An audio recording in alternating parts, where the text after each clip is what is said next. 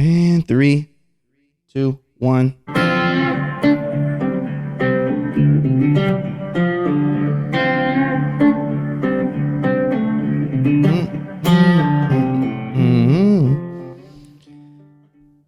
We are in the heart of the Gulch. My name is Tony Mendoza, and today, we have, all-American meat. We got the empire, the entire hot dog empire in the entire Nashville, Tennessee.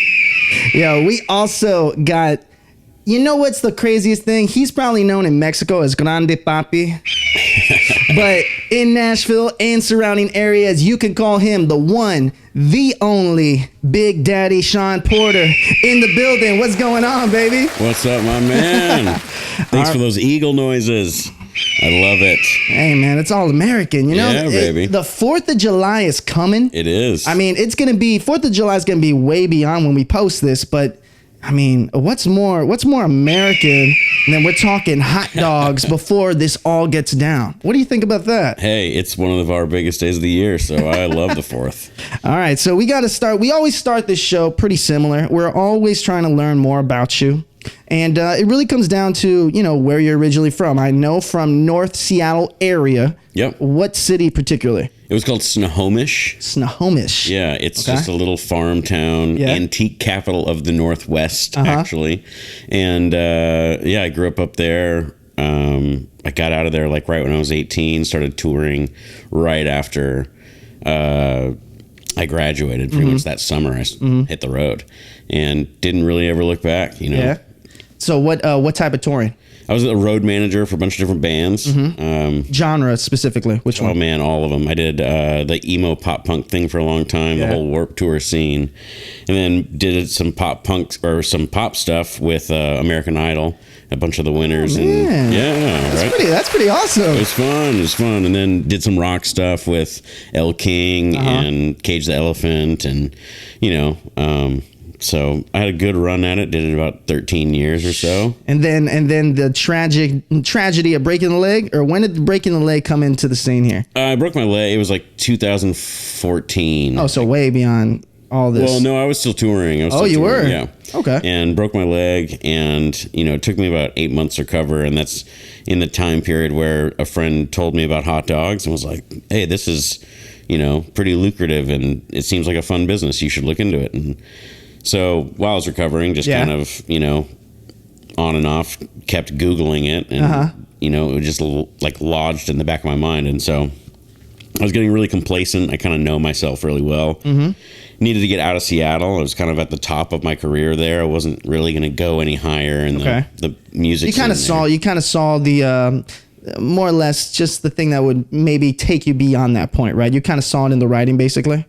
Sort of. It wasn't even the hot dog thing. It was more just I need something to restart the engines. I'm kind creative juices. Yeah, exactly. So I moved to Nashville, and I was still touring. I was with Elle King at the time, and I moved down here, and within 8 months, we started Daddy's Dogs as kind of some passive income. We'll run it out of my garage, get a couple guys to run it. And it became anything but that. But, in that time period, I was like, man, I'm having so much more fun doing this than I am on the road. And I always said, the road is to travel and meet new people and all that kind of stuff. And as soon as that loses its luster, get the hell out of there. I totally, and you know what? So here's a kind of a question I was asking myself when I was researching you. It's, when it came to hot dogs, right? So I'm originally from San Antonio, Texas. So the late night food of choice are little taquerillas, right? So baby tacos, right? And the funniest thing about when I was researching everything is because originally from Seattle, which Seattle, for the people that don't know, is the micro brewing capital of that area of the U.S., right? So why hot dogs specifically? What was it about hot dogs that got, Big Daddy ready to go? Honestly, it was the ease of all the permitting processes and everything. You thought about it before. You thought about that before you were even thinking about all these different options that you can go into business for food, huh? Oh, for sure. I never really saw myself opening a restaurant or anything, I don't think.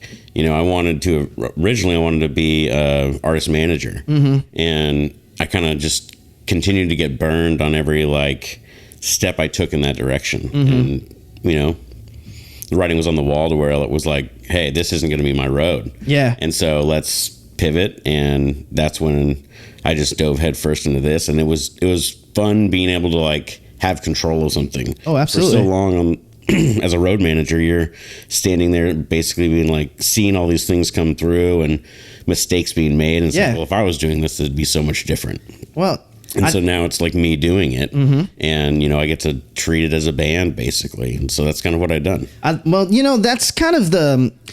First of all, before we get on to more of, you know, going into Nashville, starting the business, everything, I kind of want to ask, what do you still have family in the Washington State area? And if you do ever travel back, do you enjoy going back to Washington? What's your favorite thing to do over there in the Seattle-ish area?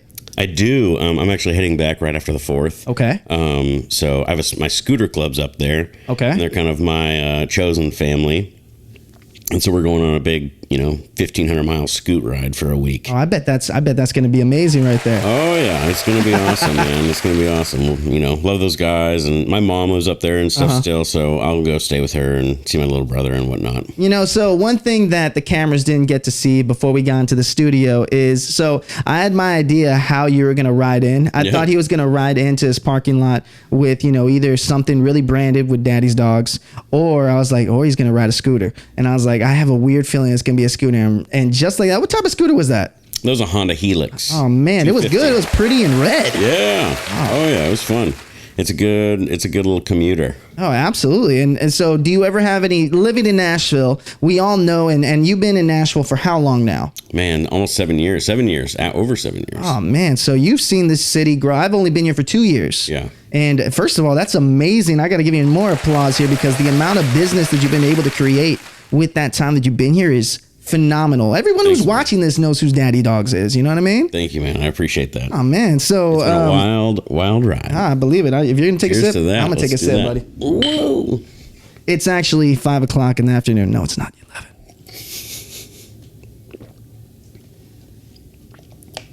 Well, what I can definitely say is moving to Nashville from Texas, these drivers here, just like anywhere else, are crazy. And if you're scooting around the city, how dangerous is that? Oh, it's terrifying. Yeah, I would think that. I'm like the most aggressive scooterer. Yeah. I'm like super aggro out there. So like with the panda. Oh, that's another thing. He has the panda helmet on. Yep. So you're just terrorizing the streets pretty much with the panda headgear on. Normally I have my cut on and everything, but it's a little hot right now, so. Well, okay, so then talk to me about how Nashville has grown. So obviously we are in the heart of the Gulch. The show is the heart of the Gulch. And when I think about the Gulch every day, I think about it. It's just diamond, man. There's so much more construction. I can't drive my little car without getting a nail in my tires. So you have seen Nashville grow from really people enjoyed coming to Nashville, especially when you came. But you've seen it really pop off within what, the last 2 years, really? I mean, I'd probably say 4 years or so. It's really like popped, especially down here in the Gulch. This building wasn't here when I moved here. Yeah, you know, for sure. Yeah, that's about right.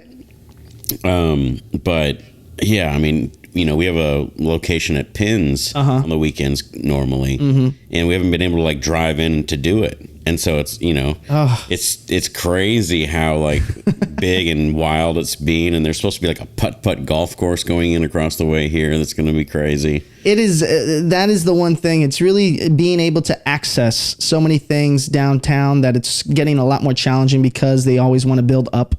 But, you know, speaking of one of your locations, I definitely want to talk about kind of the beginnings, right? So when we're talking about the beginning and your first cart, I remember hearing a story about Jackalope Brewing, which is low. And I'm guessing it was a Jackalope Brewing that was on 8th Ave. Mm-hmm. Okay, so right outside the Gulch, there's a brewery called Jackalope Brewery.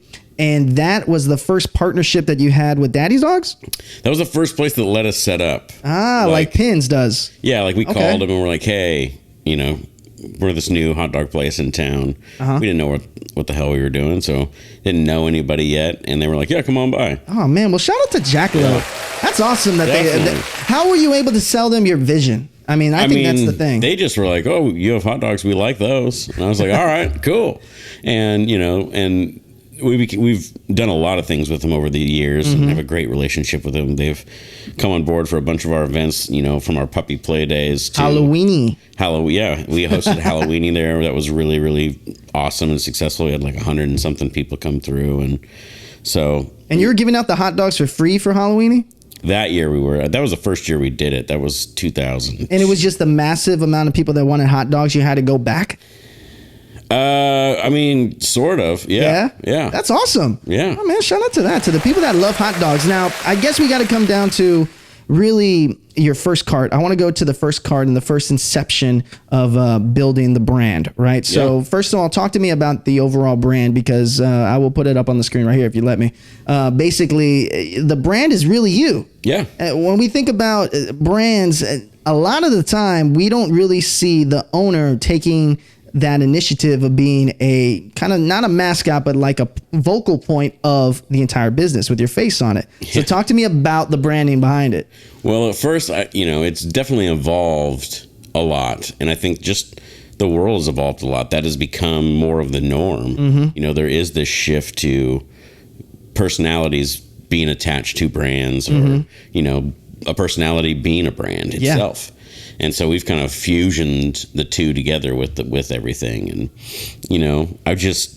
when we started it, it was like, it's supposed to be a fun outlet. Yeah. And we just kind of haven't really ever treated it as anything different.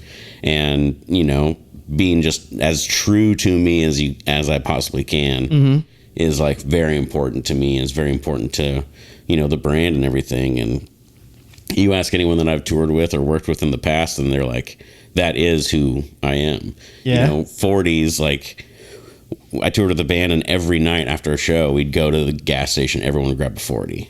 And so it's just like something that we got to get to. We're definitely going to get to that. Yeah. And same with, smoking weed and all that kind of stuff, that it's just who I am. Yeah. It just transitions into what the brand is. Well, you must also, in a way, miss touring though, a little bit, or at least the camaraderie that comes with touring, right? All that friendships and the relationships you build, right? 100%. I just was out at Bonnaroo and saw All Time Low play. Yeah. And it was crazy because I think I was on their second tour they ever did. Really? Yeah. And that was in 2007 probably, with Cute Is What We Aim For, and This Providence, and these little emo bands that aren't around much more. And these guys are up there, a killing decade it later, crushing. Oh man, I mean, well, shout out to them, by the way. Yeah. Now, another question that it comes down to is when it comes down to, where am I going with this? Let me see here. The first cart.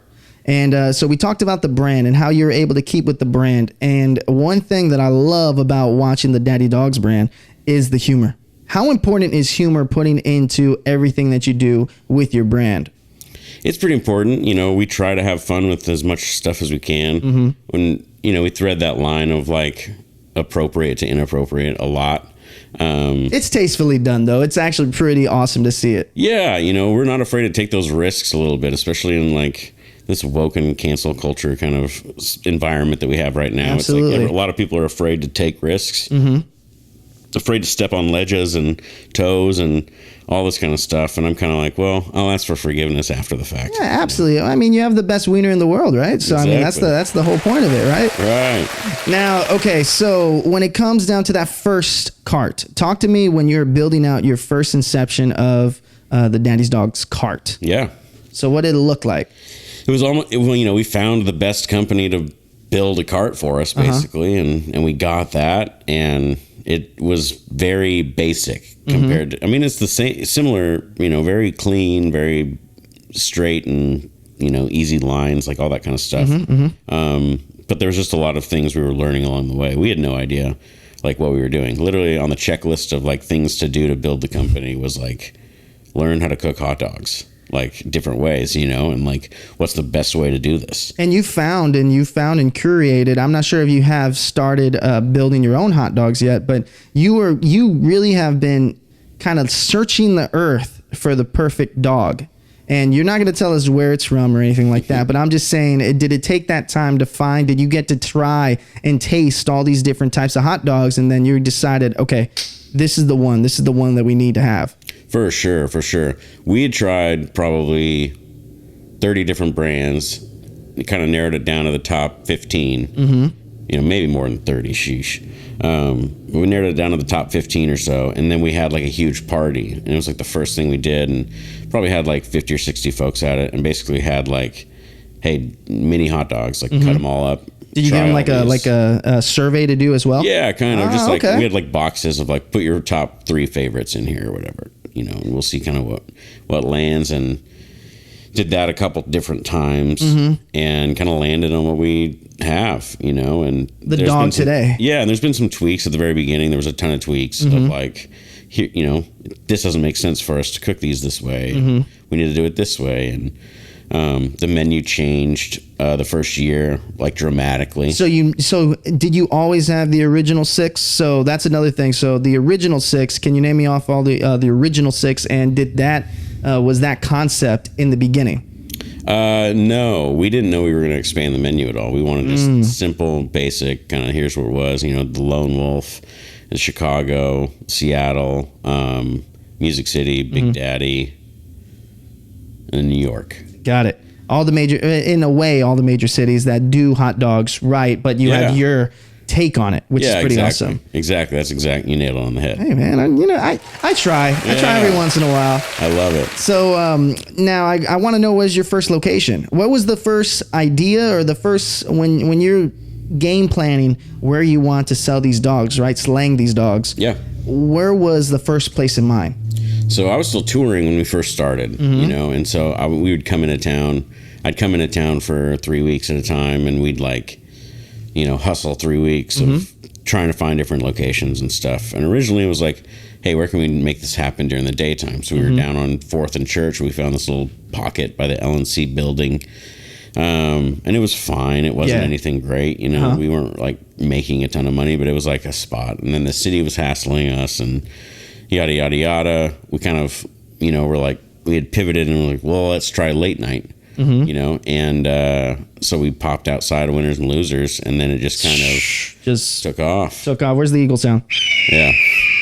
Destroyed the game once you went to late night. Yeah. And I mean, it's kind of interesting because you have plenty of people hitting you up late night for your wiener, basically, when you think about it, right? And yeah, a lot of people don't understand, like about 65% of our business happens after midnight. Oh, believe me, every time that I've actually ate your product, it has been after a long night. And I think that's the genius of really having it go beyond hours. Because when you think about, we go out every day, and remember, I'm from San Antonio, so we have taquerias everywhere. We have taco spots everywhere, and they're open late night. Yeah. That is our thing that we do in South Texas. But here, when I first moved here, I was like, all right, what is with all these hot dogs? I'm like, that is the only thing I can find late at night, unless I want to go to, you know, Nolensville Pike, which is a little bit out of the city. I don't feel comfortable driving that far. Yeah. I got to eat something now. And the first thing I always go to was the Big Daddy's dog. That is the one that I'll go to, and or the Lone Wolf. And it sets me up right. And it makes me carry for the next day too. Oh, absolutely. Well, especially in the morning. In the morning you wake up and you're like, oh man, what? I feel like I got some food in me. Right? I'm like, oh, what did I eat? And I was like, oh, Daddy's dogs. It was that late night push. That late night push, I believe, must have taken your business from you know, everyday people coming to a massive growth, right? Yeah, it definitely did, you know. And it kind of opened the door to us doing a lot more things and trying different things out. There was a little bit more money coming in. And you know, so it was like, hey, we can take these risks on these like different events and different things. And, you know, one of the first big things we took a risk on was like movies in the park with the scene. Yeah. We bought 2 booths, which was super expensive, and like did like a red carpet thing and had people like come and take photos of everybody dressed up. It was for like one of their themed movie nights. And just, you know, just building kind of content back then for Facebook and the internet. And, you know, how we were pushing it out, which was very, at the beginning was, if you go back far enough, it's very, you see our kind of content become very like generic to very us. Oh yeah, absolutely. Kind of it turned into a brand altogether, from everything from the humor to the coloring to even the lettering. And I think that is what's really the thing that makes you unique in Nashville. Not a lot of businesses have the overall look right now.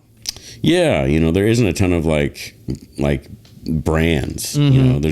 There's some businesses, and there's like a difference between those two things for sure. Every time in Nashville there is something going on, you're there. I see your face, I see your logo there all the time. So how important is reaching back to the community, finding these events, and setting up your tent at these events?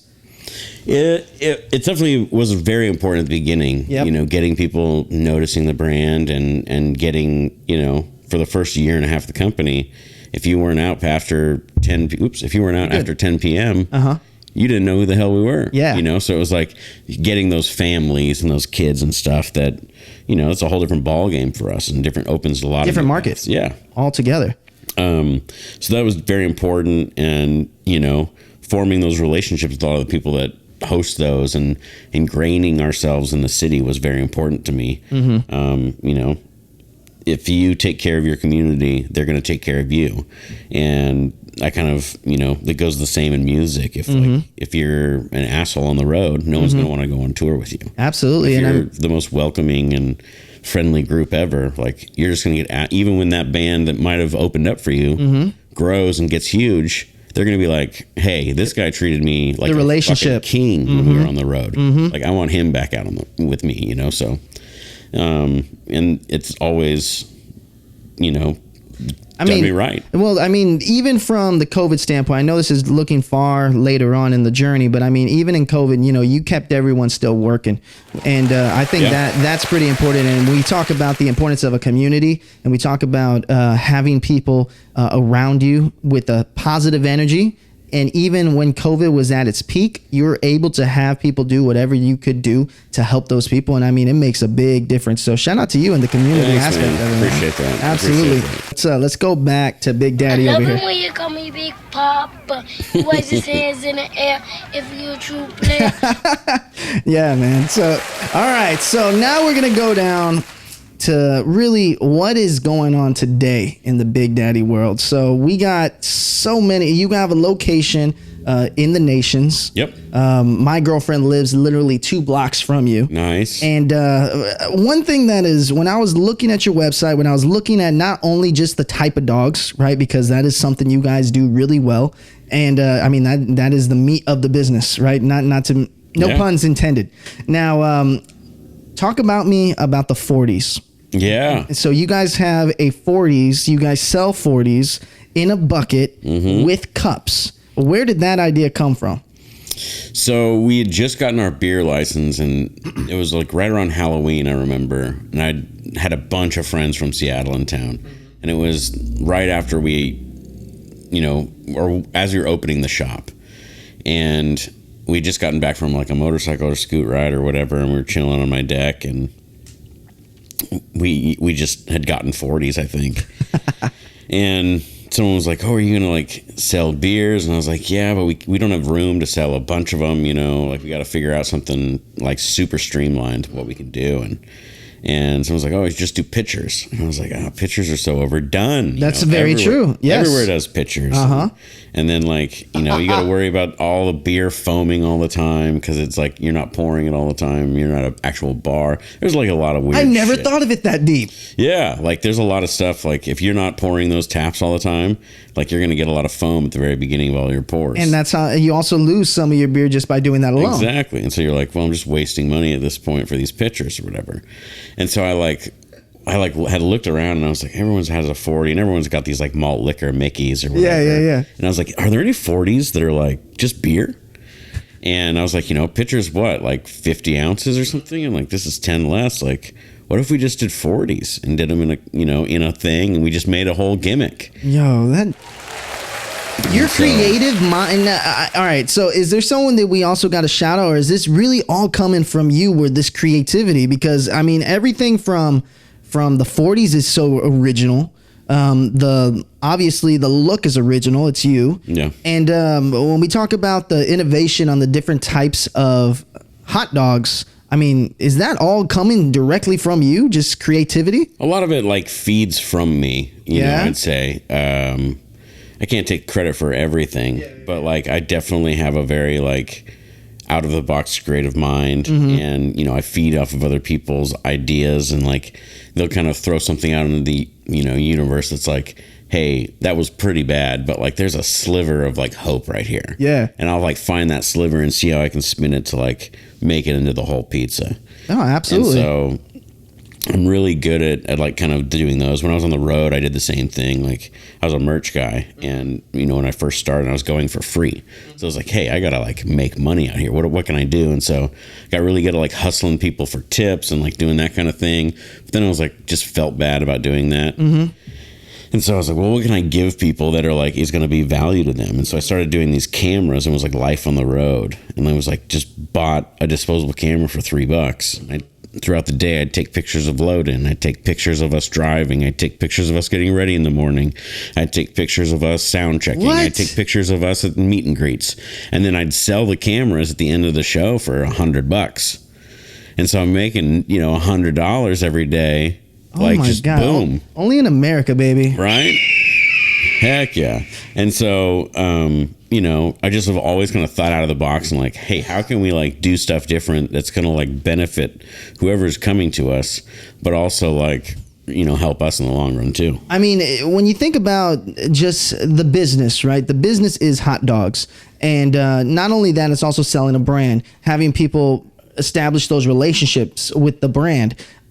You are finding the ways that make you so unique, and just what's really inspiring to me is that what you're able to do is I think this is what comes from all these parties, huh? When you are hosting these parties, are you realistically kind of, in the back of your mind, are you looking, are you observing, are you seeing what works, what doesn't work, and does that come into your thought process later on?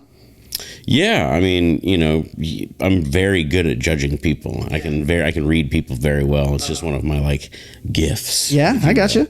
And so I'm very observant in just every setting. I can walk in a room and tell you 4 things that are like completely wrong. Well, you got to be if you're driving on a scooter every day in Nashville. Yeah, exactly. But you just over time, it's probably finding that road and having it work more. And I'm sure I'm more confident now to where like it just kind of comes second nature versus like at the beginning I definitely had to work for it, and like you have to work to like be confident to make those jumps into the business or into like, this is a risk, I gotta take this, and some of them work, some don't. Let's dive into that, because you've said it millions of times that you're not a restaurateur. Right. Yeah. You're just a guy who found a love in a business. Yeah. And so talk to me about how challenging it really must be, because you employ a lot of people in Nashville. And I guess we're going to get down to the locations, but, you employ a lot of people, and there's a lot of hard decisions when it comes to employment, and especially late night employment as well. You can only imagine the risks that are involved in that too. Right. So, how challenging has it been for you to kind of, going as, maybe only 2 people running a shop, to then you just taking a step back, being able to be the brand, being able to come up with these business deals and relationships, and then allowing others that you may not know help run the business every day? It's I'm still learning. Yeah. I'll be real. I have my hands in a lot of things still that I probably shouldn't. Most other businesses probably don't have the owner's hands in. But I'm in a different position than a lot of people, where my face is directly connected to it. And like my reputation is directly connected to it. And, I take that very seriously. And, so I'm sure there's a pro and a con. I'm sure that well, I see no white hairs, so there's a few in there, don't we? Yeah, I feel you. But at the same time, I think that's the scariest thing. So from all the businesses that we've spoken to here at the heart of the Gulch, I think when it comes to reach, and when it comes to the number of people that employ, at least at this point in our venture here, you're number one with the amount of people that you employ. And I think that must be the most scariest thing is having to deal with different relationships, different people, different personalities, and different timetables. So, I mean, I'm just very impressed that you're able to keep you're able to keep your personality so lively and outgoing, when I can only imagine in the back of your head, there's just, there's decisions that you got to make that are pivotal to your business, Totally. I mean, that is the, especially right now, post-COVID. Oh, yeah. That's the hardest thing to do is find good people. And we've been really lucky. And I tell everybody this in like the interview I have with them. And I still do a lot of the hiring. I still am sitting with them in a lot of interviews and stuff. And I always say, as you should, though. I mean, you can judge character. Yeah. And I always say, this isn't where I don't want you to be a hot dogger forever. This is a stepping stone to your next platform. And shout out to that, to the transparency there. Yeah. And like, if they want to join the management team and want to come on board full time, like, and they're a great worker and like it fits everybody's vibe, then like, yeah, let's do that. Like hop on the fucking tractor. Yeah. But, knowing just kind of me knowing that going in and them knowing that I know that, like, I want them to, if they're a musician, I want them to go and like do that. If they're an artist, like, hey, I need Saturday off for an art show. Okay, cool. Just make sure you're giving me enough time and all exactly. that. You can't just do it off the rip. Exactly.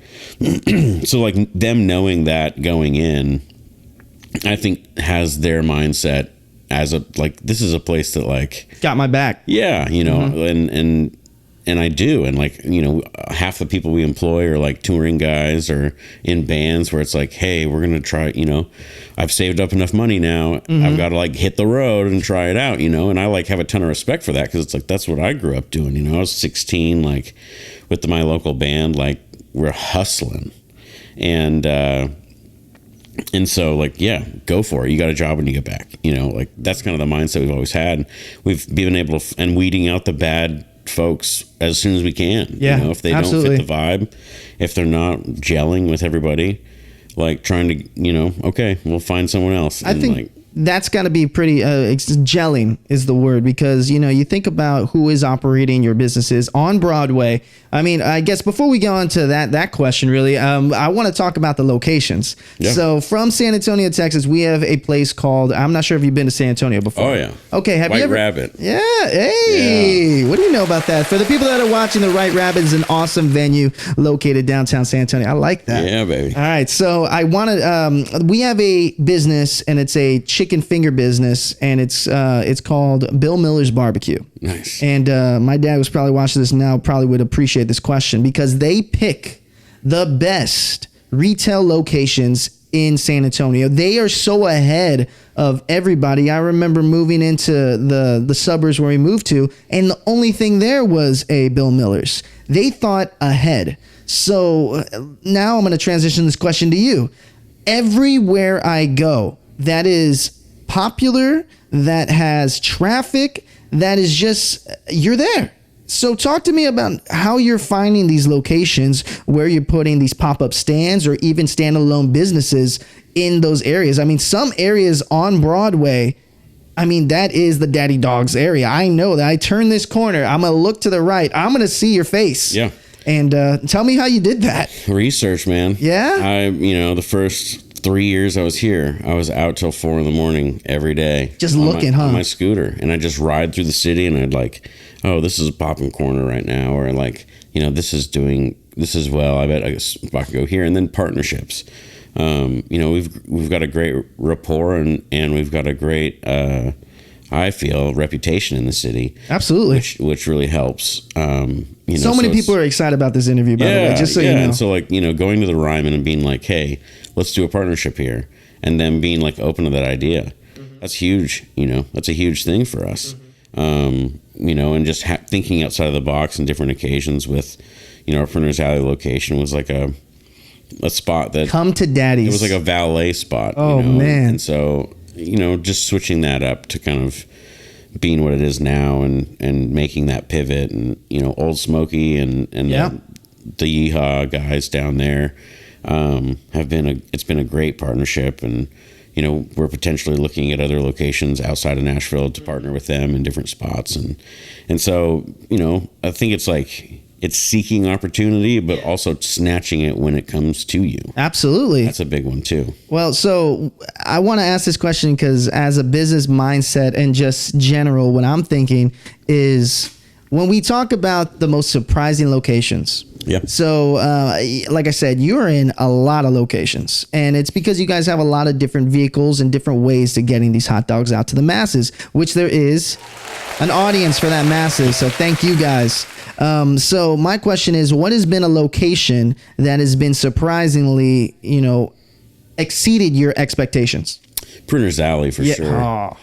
We got in there, at the right time. Right spot too. Yeah, it's a really cool spot, and it's just so iconic. And we were able to get our sign up, and which we thought was going to take a couple of years to do, basically. And during COVID, and it ended up happening very quickly. And just kind of that spot is like, it's a great location. I've taken pictures there. Yeah, a bunch of people have. Every magazine and everything's doing pictures there and stuff. So it's hilarious. Great free advertisement for us, because it's like, hey, the city's paying for these photos to go out, not me. And there's my face. Well, it's also when I say I'm taking my picture there, I'm with my good buddy who's from out of town, and I take him to Printer's Alley, right? He hasn't been to Printer's Alley. There's this nice yellow box that says, "Come to Daddy's." Mm-hmm.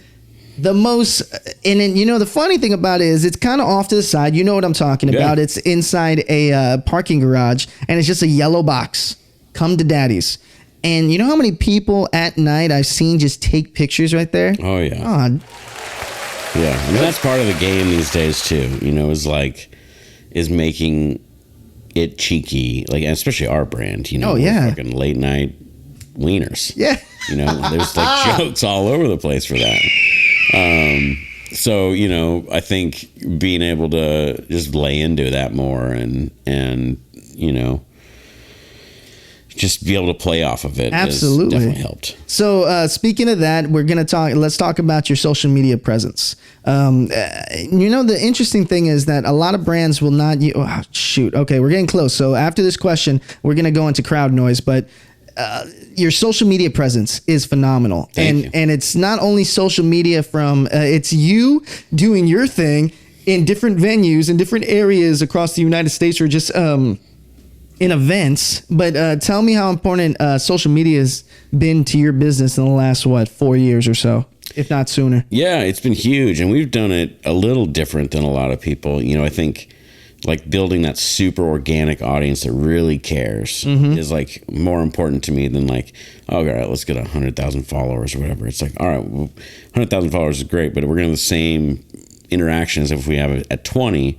Let's just make sure those 20 are always coming back. Yeah, super entertained, and finding different outlets for that. Our YouTube has been a lot of fun, and the show. I love your YouTube show, and I am an avid actual watcher of that show. And in the editing, I was telling this before we got into this to the interview. The editing's phenomenal. You come in just at random points. There was one that I watched where it was you were talking about what we had sick talk, where we have TikTok and just people talking about being sick. It was like a weird out of nowhere thing that you just came up. But that is what I think I love about the brand, the Daddy's Dogs brand, is that you never know. You never know what's going to happen. You never know where you're going to be. Oh, for sure. And the YouTube is super fun. So if you haven't checked the show out, do it. There was a lot of people when we were at Hangout or Bonner was love the show. And it was all right, I love that people are watching it. That's a lot of fun. But yeah, I think at the core of it is just us having fun still. Oh, absolutely. The more fun we're having, usually the more money we're making. It's contagious. Exactly. And the more everyone's coming back to it, speaking to people recognizing you and your audience, we got to go to crowd noise. And crowd noise, we have people ask you questions. Nice. And let's go on to that.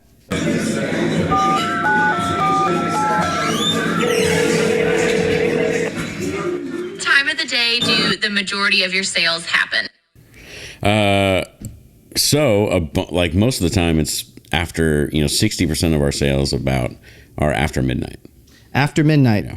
So do you know specifically, do you think it's going to be like, so is it right when the bars are winding down? Yeah, our busiest hour usually is 2 to 3. So I would assume, I would say now, okay, so you have one in Midtown, right? You have one stand in Midtown. You have multiple stands. I think it's maybe, is it up to 2 or 3 on Broadway? 2 on Broadway. One in Printers. One in Printers and one in Demumbrian. Man, you're everywhere. So when it comes down, I know that Broadway must be just. Is it? Am I assuming that right? Yeah, I mean they're all really good. You know, we go where the people are, and so we're kind of that last hope for everybody before they head home. Yeah, well, I mean, and it's important too. Yeah. Having your daddy's dogs before you go to sleep is actually something that is super important. So Exactly. you guys need to do that. Now, I got to ask what is the number one seller at that time at night? So. Oh, man. I mean, our number one seller probably as a company is probably the Lone Wolf. Just because it's more basic and whatnot. But the Music City is probably a close second. Yeah, and you're not basic, though. Yeah. So when we talk about these, and it's going to lead to the next question right here. But since you're not basic, since a lot of your brand isn't basic, I am surprised that the Lone Wolf is still number one. Is just because it reaches a larger audience.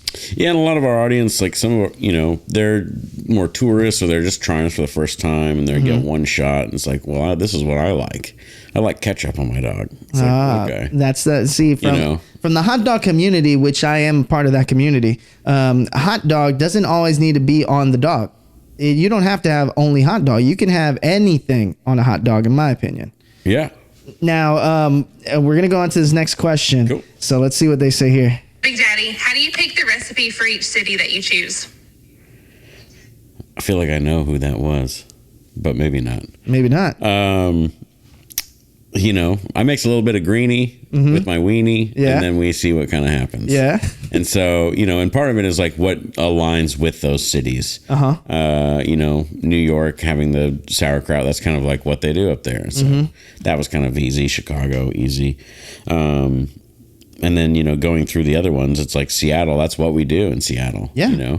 It's the bagel, right? No, it's cream cheese, grilled onions, and sriracha. Super basic, but like it's different. Yeah, and people are always like, oh, it's probably our worst seller, but like it's got to be on the menu just because it's where I'm from. It's the respect. It's the start of all of it. It was the base. Absolutely. Now, talk to me about the little bit of not hate but criticism on the Chicago dog. Oh man, you ask 10 different Chicago people what is on a Chicago dog, you're getting 10 different answers. So I just like, it's our version now. I'm just like, it's our version, and that's what it is, and sport peppers, everyone's always bitching about that, but it's like, I have a limited amount of fucking space here, and I'm getting rid of those. Like that's the only thing that can go on. It's cross utilization of everything.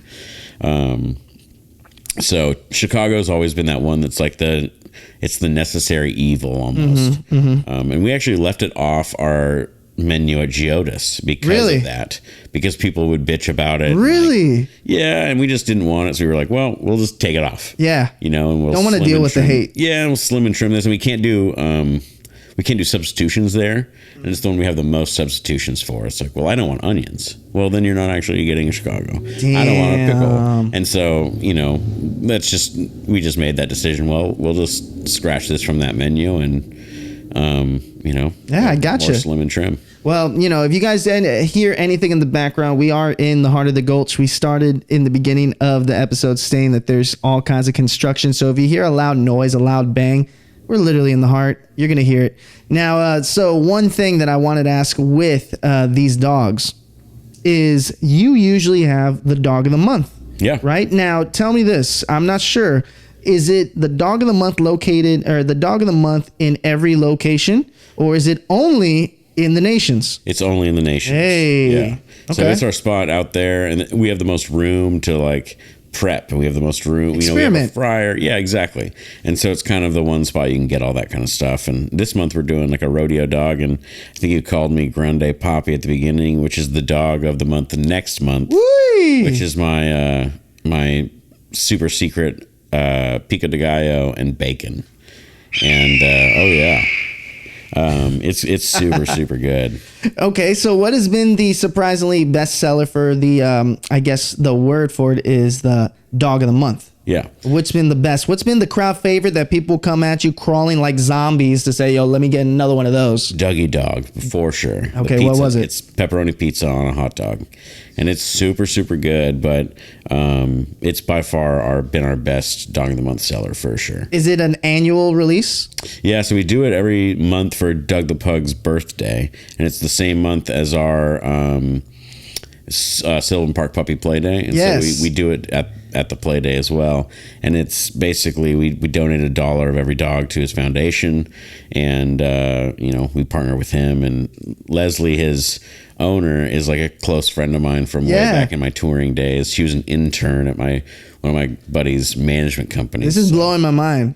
It's pretty wild, right? Oh man, that's where it goes full circle, man. I know, that's serious, and I literally have it in my little teleprompter right here, which is just a whiteboard with just markers, and nice. And that you have met the one and only Doug the Pug. Oh yeah, and I mean, from the videos I've seen, you look pretty darn friendly with them. Yeah. So I mean, tell me how that must be who has been a celebrity that you've had eat your dog and just kind of rave about it other than Doug the Pug?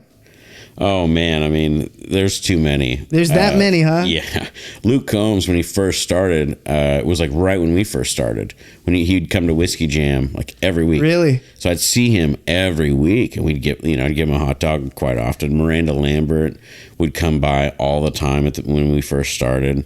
Mustard only, that was like her thing. Shout out to all these guys that you remember with all this stuff. That's awesome. Kiefer Sutherland came by one night after CMA Fest, which was really, he came with like the Sopranos cast, which was really funny. Yeah.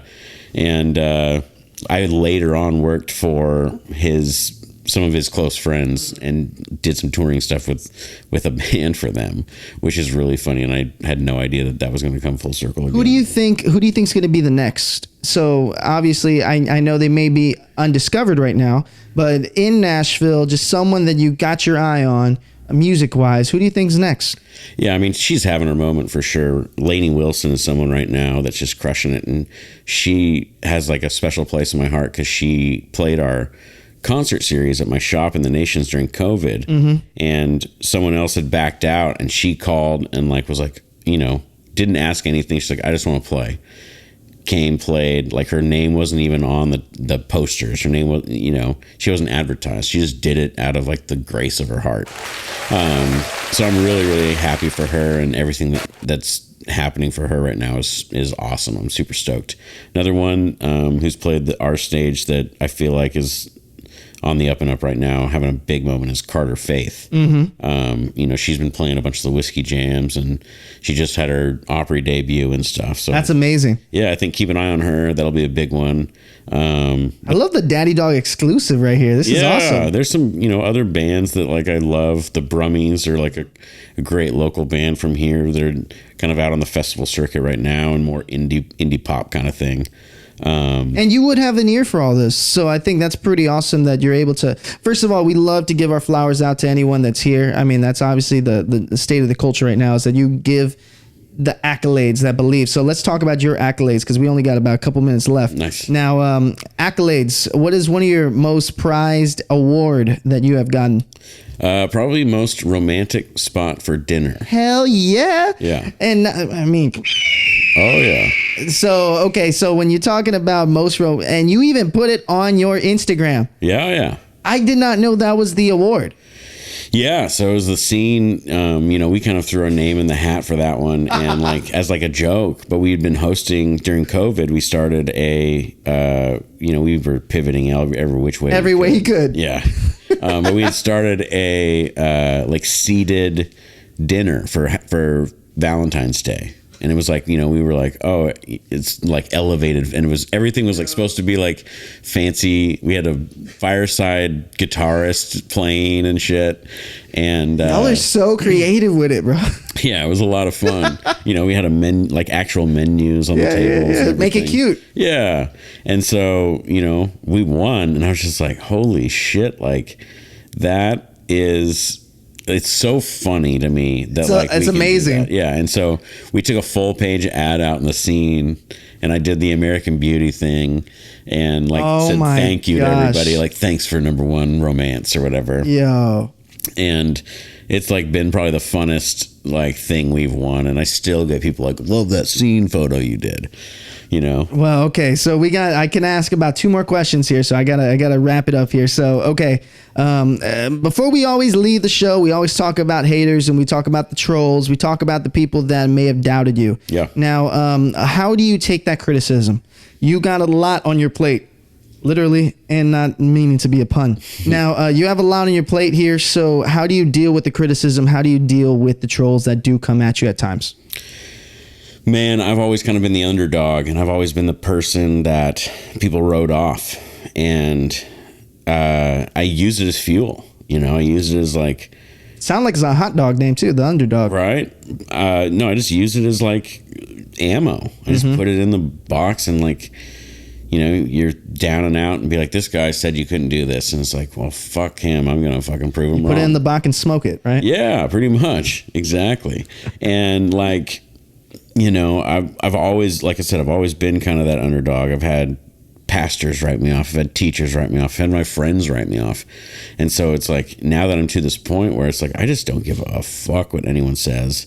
And I'm doing me. And if you like it, cool. If you don't, well, whatever. You're not me. And real quick, where do you guys see going the next frontier? Yeah, man, we're kind of in this really active expansion phase, trying to look for new locations, hitting the suburbs, possibly looking for new cities outside of Nashville. As the business kind of balloons out, you have to ebb and flow with all the world changing and all this different things. But I'm pretty set on seeing where I can take this. Yeah. And, seeing how big I can get it. And, when I first started, I was always this will get me to my Shark Tank idea. Yeah. And I think this is my Shark Tank idea. Well, speaking of Shark Tank and idea and plugging, you got to plug all the different areas where we can find you. Yeah. And so if you can, just talk to that camera right there and let them know the locations where we can find all Daddy Dogs. Yes. You can find us online, daddysdogs.com, and all the socials at Daddy's Dogs Nash, which might be changing to Daddy's Dogs soon, but it's Daddy's Dogs Nash for now. Hey, well, you know what? Now, first of all, we appreciate you coming on the show, but more importantly, what we do at the end of every show, and we're gonna play it in here, is your day in the life. Now, your day in the life could be anything. It could be from you just waking up, showering, and going to slaying some hot dogs. Yeah. Or it could be you inside just working on the business, or you taking us on a little bit of a joyride and seeing all the different locations that you got, or late night. I'm in the heart of the Gulch here, so don't even worry about it. But what we always do is you look straight into that camera and you say, let's say Big Daddy. So, hey, I'm Big Daddy, and this is how I walk the line. All right? All right. So let me know whenever you're ready. After the Eagle sound, look straight into that. Actually, you know what? After the Big Papa sound in 3, 2. Love it when you call me Big Papa. You raise his hands in the air if you're a true player. I'm Big Daddy, and this is how I walk the line.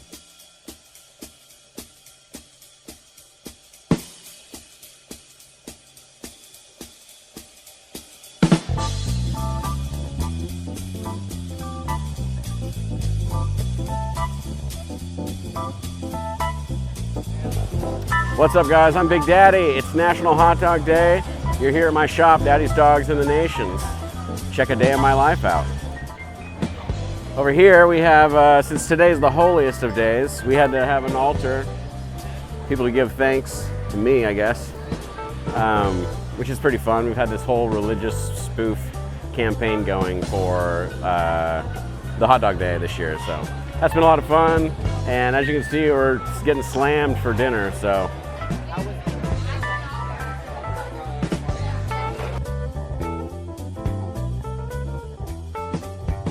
Check out what we were doing earlier when we were just sweating all day.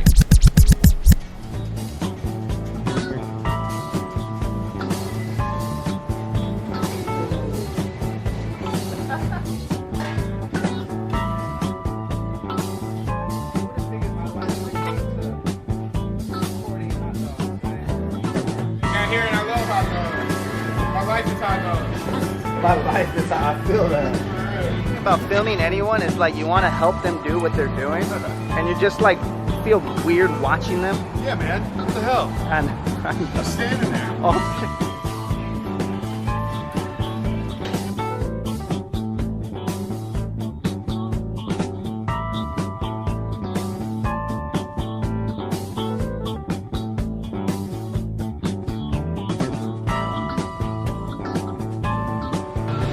Order up for Joe.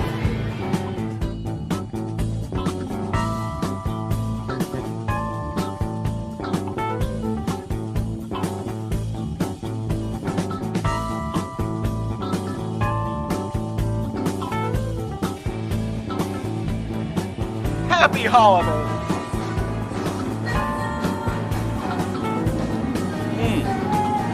We'll see you guys tonight. National Hot Dog Day. Could you show us inside the area? Yeah, we can give you a quick look.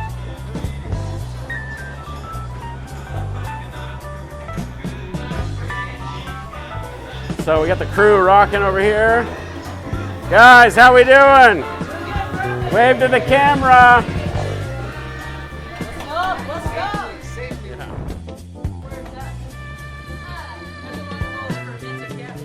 Hayden, I got some hot, juicy, fresh wieners for Hayden. Don't let these wieners get cold, Hayden. How was everything, guys? All right, thanks for coming out. Happy holiday. How is it, guys? Oh, thank you. Praise be. Thank you.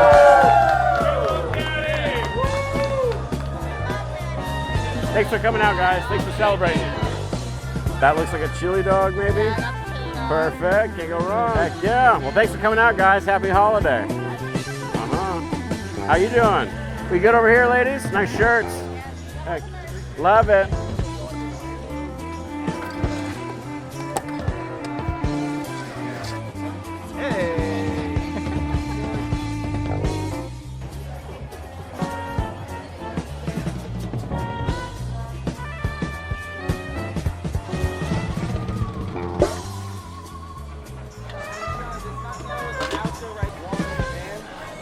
So there you have it. We walked the line. It's hot dog day. I gotta get back to work. Thanks for coming.